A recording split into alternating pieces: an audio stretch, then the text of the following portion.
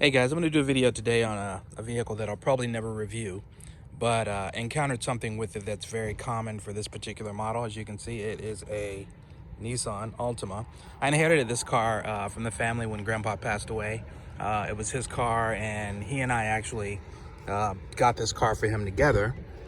He was quite up in age when we did this, but it gave us a lot of time together, and it's just a little sentimental. But nonetheless, one of the things that's happened with this car is that, I got in it to start it one day and it just wouldn't start.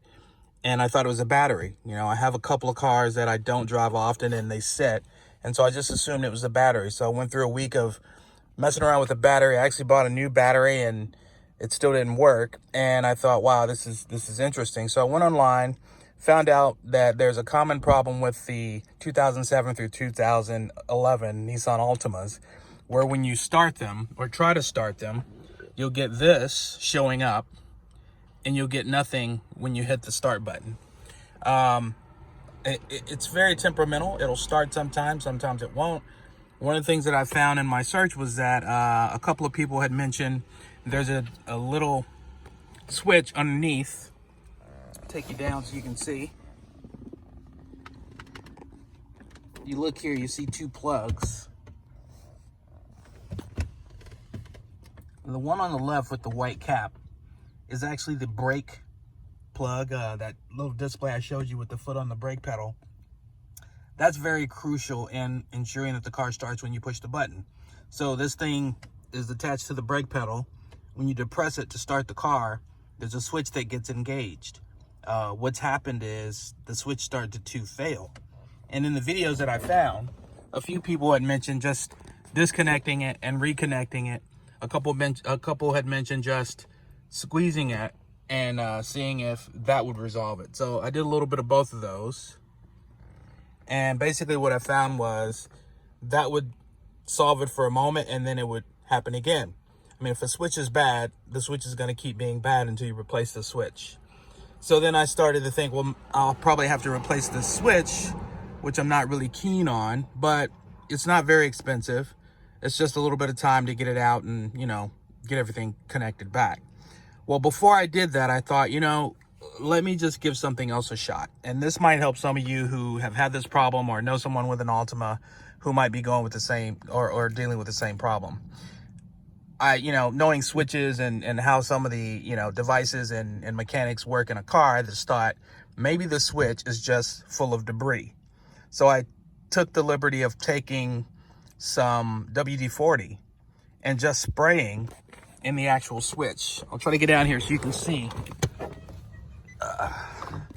what this switch looks like.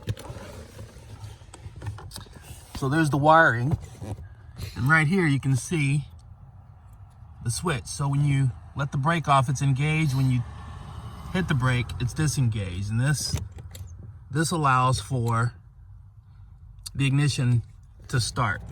So I just took some WD-40 and just sprayed right here on this actual white piece. And then that just kind of released a little bit of the friction.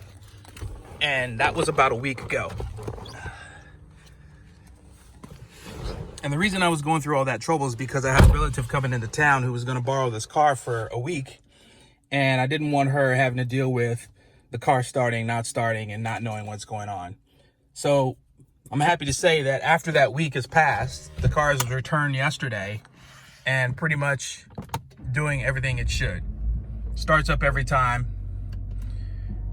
I tested it before I gave it over and it was doing exactly what it needed to. The only problem that it has now is that this fob can be temperamental in that sometimes the car just doesn't read it. Even with a new battery, it sometimes can kind of do something weird and just not give you a read. So you've always got the option of putting it here, which ensures that you'll get the ignition. But because a lot of these cars have these push starts, you can't go back old school with it. You can't take the key out, which there's a key inside of this. You just release it here and it slides out. And you can open the door with that, but there's nowhere that you can bypass this guy and start it old school way. So you're pretty trapped with technology in that sense. And this is not a highly technical car, given what's out there now. The one in front of us, the new Volvo we got, that thing, which I'll review, is just full of all sorts of situations where something goes wrong and you're gonna be like, well, I can't do anything in this car because it's all intertwined into this electronics and this technology. But with this car, it's pretty rudimentary. It's not over the top. But nonetheless, if something goes bad, it goes bad. And you're kind of just stuck to try to figure out what's going on. So that was a problem we had, and happy to say that resolved it. I'll keep trying it over the next few weeks. You know, maybe that was all it needed. Maybe the switch is on its way, I don't know. But putting the WD-40 on the actual piece, the actuator, on the actual brake pedal did resolve my issue. So if you're having this problem, if you know someone's having this problem, I would suggest maybe just trying that before you go through the pain of taking that switch out or taking it to a dealer to have the dealer do it. I didn't look at what it would require to take it out. It's attached in there in a way that you'd have to really think through where the attaching pieces are to take it apart and then put the new switch in. It's probably not that labor intensive, but if I don't have to do work on a car, I'm not gonna do work on a car. So anyway, take that for what it's worth. I hope it's helpful, but I thought I'd just share this because I saw some things online that were able to help me find the problem, but they didn't solve the problem. What I did seemed to solve my problem. So just another piece to that puzzle. If you're, dealing with that, maybe take this into consideration. All right, guys.